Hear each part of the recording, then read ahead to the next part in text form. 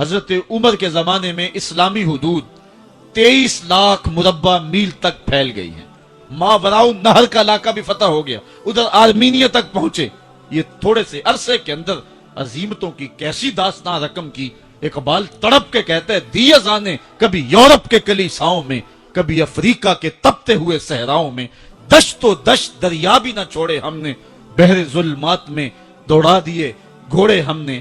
حکمران تو وہ تھے لوگوں کی دہلیز پہ امن دینے والے, لوگوں کی چوکھٹ پہ جو ہے وہ نور بانٹنے والے. حضرت عمر جن کو تخت حکومت پہ بیٹھتے تھے, اور ان کا تخت کو سونے زبرجد کا نہیں تھا, مسجد نبوی کی چٹائی تھی, اور سارا دن وہاں بیٹھ کے لوگوں کی باتیں سنتے. اور جب رات کے اندھیرے گہرے ہوتے, عمر بھیس بدل کے مدینے کی گلیوں کا گشت کرتے. کہا تمہارے گھر سے دھواں نکل رہا ہے اور بچے رو رہے ہیں, ان کو کھانا کیوں نہیں دیتی؟ کہنے لگی عمر کی جان کو رو رہی.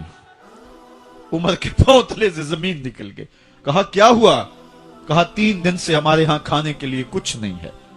روزانہ بچے روتے ہیں اور میں ہنڈیا کے اندر پتھر ڈال کر کے نیچے سے آگ ڈالتی رہتی ہوں کہ بچے انتظار کر کر کے سو جائیں گے. کم وقت سو بھی نہیں رہے, اور وہ پتھر پکیں گے بھی کیا, اور میں عمر کی جان کو رو رہی ہوں. حضرت عمر کا کلیجہ دہلنے لگا. فوراً پلٹے واپس بیت المال میں آئے, گھی کا ایک کنستر لیا, آٹے کی بوری لی, مرچ مسالہ جات بہت کچھ اٹھایا, اپنے کندھے پہ رکھا, بوری اپنی کمر پہ لا دی. عمر بیت المال سے نکلے تو آپ کے خادم اسلم نے دیکھ لیا, آگے بڑھا, کہا میرے آقا میں اٹھاتا ہوں. عمر کی آنکھوں میں آنسو ہے. کہا اسلم قیامت کے دن میرا بوجھ اٹھا لو گے؟ کہا قیامت کے دن تو اپنا اپنا بوجھ اٹھانا پڑے گا. کہا عمر کو آج اپنا ہی اٹھانے دو. حضرت عمر وہ گھی کا کنستر اور وہ آٹے کی بوری سر پہ اٹھائے ہیں اور اس خاتون کے گھر جاتے ہیں اور دستک دیتے ہیں. وہ جب دیکھتی ہے اس کی جان میں جان آ جاتی ہے. کہا جلدی جلدی آٹا گوندو, اور عمر سبزی کاٹنے لگ جاتے ہیں. حضرت عمر رضی اللہ تعالی عنہ سبزی تیار کر دیتے, ادھر آٹا گند جاتا ہے, اور پھر اوپر چولہا رکھا جاتا ہے, چولہے کے اندر آگ رکھی جاتی ہے, وہ کھانا پکانے لگتی ہے, آگ بجھتی ہے. تاریخ نے لکھا ہے آگ بجھنے لگتی ہے, عمر جھک کر کے پھونکے مارتا ہے. عمر جھک جھک کے پھونکے مارتا ہے. کھانا پک گیا اور بچوں کے سامنے کھانا رکھ دیا, بچے کھا رہے ہیں. اب بچے رو رو کے نڈال ہو چکے تھے. حضرت عمر اپنے ہاتھوں کو اور اپنے گھٹنوں کو اور اپنے پاؤں کو زمین پہ لگا کے, جس طرح بکری کا بچہ چلتا ہے ویڑے کے اندر, کبھی ادھر چلتے ہیں کبھی ادھر چلتے ہیں, تاکہ بچے مجھے دیکھ کے خوش ہوں اور دل میں کہتے عمر جتنا رلایا ہے اب اتنا ہنسانا بھی پڑے گا. تو کبھی عمر امیر المومنین, یہ میں کسی آج کے جو ہے وہ لوگوں کے ووٹوں پہ منتخب ہونے والے حکمران کی کہانی نہیں سنا رہا, میں اس عمر کی کہانی سنا رہا ہوں جو 23 لاکھ مربع میل کا حکمران ہے, آدھی دنیا کا بادشاہ ہے. حضرت عمر جو ہے جس طرح بکری کا بچہ چلتا ہے اس طرح اپنے ہاتھ اور اپنے گھٹنے زمین پہ ٹیک کر کے جو ہے وہ اس طرح چلتے ہیں. بچے عمر کو دیکھ کے مسکراتے ہیں. جب بچے مسکرانے لگے تو حضرت عمر نے اس خاتون سے کہا بڑھیا عمر کو معاف کر دے. اس نے کہا تو اتنی ہمدردی کیوں کرتا ہے؟ کہا عمر بیچارہ بڑا پھنسا ہوا ہے, فکر ہے اس کو یرموک و فسطاط و حلوان کی, جب فتح ہے مصر تو تیاری ہے ایران کی, آتے جاتے وفد سے ملاقات بھی کرتا ہوگا اور شب کو معلوم حالات بھی کرتا ہوگا, کانٹوں میں الجھی ہوئی بیچارے کی جان ہے, نیند اس کو بھی آتی ہے آخر وہ انسان ہے, میری بہن عمر کو معاف کر دے. اس نے کہا نانا عمر کی بات میرے سامنے نہ کر, قیامت کا دن ہوگا, عمر کا گریبان ہوگا اور میرا ہاتھ ہوگا. جب اس نے یہ بات کہی تو عمر برداشت نہ کر سکے, بچوں کی طرح بلک بلک کر رونے لگے. کہا وہ بد نصیب عمر تیرے سامنے ہے, آج ہی کہلا جو کہنا ہے, قیامت کے دن مجھے معاف رکھنا. اس نے کہا تو عمر ہے؟ کہا بد نصیب عمر تیرے سامنے کھڑا ہوں. میرے عمر کہتے ہیں اگر دجلہ کے کنارے ایک بکری کا بچہ بھی پیاسا مر گیا اس کا حساب بھی عمر سے لیا جائے گا. ایک دن حضرت عمر بیٹھ کے رو رہے تھے, تو کسی نے کہا حضرت رو کیوں رہے ہیں؟ فرمایا کہ میں اس لیے رو رہا ہوں کہ فلاں پل سے بکریاں گزری ہیں, تو پل کے اندر شکستگی تھی, ٹوٹا ہوا تھا پل درمیان میں کچھ, اس میں ایک بکری کی ٹانگ ٹوٹ گئی ہے, تو میں ڈرتا ہوں کہ میرا رب یہ نہ پوچھے کہ عمر تو نے پل صحیح تعمیر نہیں کروائے تھے کہ ایک بکری کی ٹانگ کیوں ٹوٹی ہے. یہ ہیں حضرت عمر رضی اللہ تعالی عنہ. اللہ اکبر.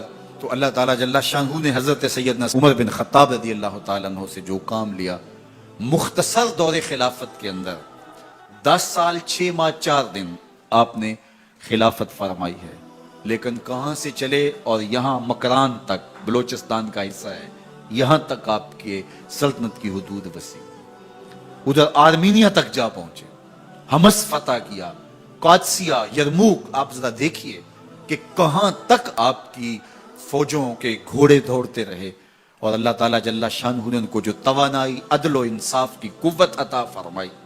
اللہ اکبر. جب زمین پہ عدل کیا ہو تو زمین بھی حکم مانتی ہے، اور حضرت عمر وہ تھے جن کا حکم ہوائیں بھی مانتی تھی، زمین بھی مانتی تھی، جن کا حکم جو ہے وہ آگ بھی تسلیم کرتی تھی اور دریا بھی ان کا حکم مانا کرتے تھے. مصر کے اندر یہ رسمیں بد جاری تھی کہ سال کے بعد ایک دو شیزہ کو زیورات پہنا کے اچھے لباس میں ملبوس کر کے دریا کی بھینٹ چڑھایا جاتا، اس کی قربانی دی جاتی، اس کا خون بہتا تو دریا چلتا. جب مسلمانوں نے مصر فتح کیا تو گورنر نے لکھا کہ اسلام تو اس طرح کی رسوم کی اجازت نہیں دیتا، لیکن خشک سالی ہے، لوگوں کی فصلیں ویران پڑی ہیں، تو حضرت کیا کیا جائے؟ تو حضرت عمر رضی اللہ تعالیٰ عنہ کاغذ کے ٹکڑے پہ لکھتے ہیں بسم اللہ الرحمن الرحیم. مصر کے نیل کی جانب عمر کا خط لکھتے ہیں، اے نیل اگر تو اللہ کے حکم سے چلا کرتا ہے تو چل، ورنہ ہمیں تیرے چلنے کی کوئی حاجت نہیں ہے. اور قاصد کو کہا یہ خط لے جاؤ اور جا کے دریائے نیل میں پھینک دو. قاصد جا کے خط دریائے نیل میں پھینک دیتا ہے، پانی آتا ہے، ایسا دریائے نیل چلا 14 صدیاں ہوئی ہیں آج تک کبھی بند ہی نہیں ہوا. دریا حکم مانتے ہیں، آگ نکلتی ہے. لوگ حضرت عمر رضی اللہ تعالی عنہ کے پاس آئے، حضرت لاوا پھوٹا ہے، آگ نکل رہی ہے اور مدینے کی طرف بڑھ رہی ہے، اب کیا کیا جائے؟ فائر بریگیڈ تو زمانے میں تھی نہیں. عمر نے اپنی قمیض اتاری، جس قمیض پہ 17 پیوند لگے ہوئے تھے چمڑے کے، کہا یہ قمیض لے جاؤ، جدھر آگ بڑھ رہی ہے آگے ڈھالنا، آگ پیچھے بھاگ جائے. زلزلہ آتا ہے تو زمین پہ دھرا مارتے ہیں، زمین رک جا، کیا عمر نے تیری چھاتی پہ عدل نہیں کیا؟ تو یہ عمر ہیں رضی اللہ تعالی عنہ کہ جن کے انصاف کی وجہ سے، جن کے عدل کی وجہ سے اللہ تعالیٰ کی رحمات اور اس کی برکات کا نزول ہوتا تھا، اور اللہ تعالیٰ نے مسلمانوں کو وہ آبرومند حکومت دی. کائنات کی تاریخ کے اندر ایسی حکومت آپ نے نہیں دیکھی ہوگی جو حضرت عمر نے حکومت کی ہے. اللہ اکبر. فرمایا فرات کے کنارے پہ ایک کتا بھی پیاسا مر گیا تو اس کا حساب بھی عمر سے ہوگا.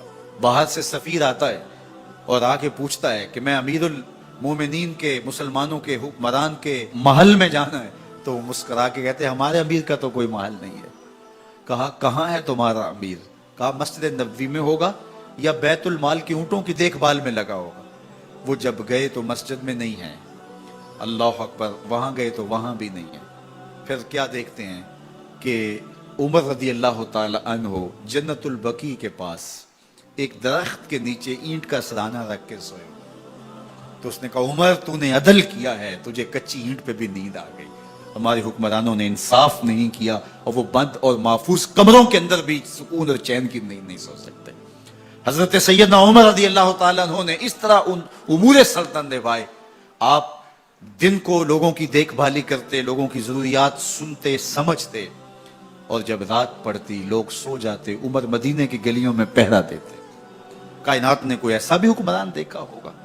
اللہ اکبر. وہ مجاہد جو مختلف محاذات پہ گئے ہوئے ہوتے، ان کے گھروں کی دیکھ بھالی کرتے، ان کی ضروریات کا خیال رکھتے، ان کی آبرو کا پہرا دیتے.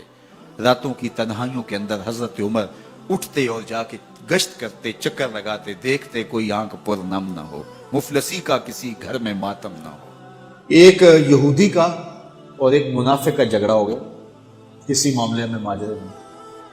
تو وہ حضور کے پاس مقدمہ لے کے آئے.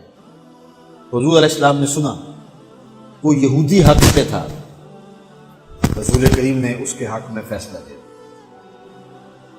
کہ تو سچا ہے، تیرے حق میں فیصلہ ہے. اب وہ جو نام نہاد کلمہ گو تھا اس کو اچھا نہ لگا. اس نے کہا میں کلمہ پڑھتا ہوں اور میرے حق میں فیصلہ نہیں دیا، حالانکہ وہ جھوٹا تھا. اس نے اس یہودی کو کہا حضور کے دربار سے باہر نکل کے کہ میں اس مقدمے کا فیصلہ حضرت عمر سے کروانا ہے. اس کے ذہن میں یہ تھا کہ حضرت عمر کفار کے بارے میں بڑے سخت ہیں، اور جب سنیں گے کہ میں مسلمان ہوں اور یہ یہودی ہے تو یہی کافی ہوگا ان کے لیے، اور وہ میرے حق میں فیصلہ دے دیں گے۔ وہ اس یہودی نے کہا ٹھیک ہے مجھے مقبول ہے۔ تو جو سچا آدمی ہوتا ہے اسے ٹینشن کوئی نہیں ہوتی، وہ کہتا ٹھیک ہے اس عدالت میں چلے جاؤ۔ حضرت عمر کے پاس آ گئے، حضرت عمر رضی اللہ تعالیٰ عنہ کو اس نے ساری کہانی سنائی اس منافق نے کہ اس طرح ہوا، اس طرح ہوا، اس طرح ہوا۔ اب یہودی کو ہم تو بھی سنا، اس نے کہا میری ایک ہی بات ہے۔ کہا کیا؟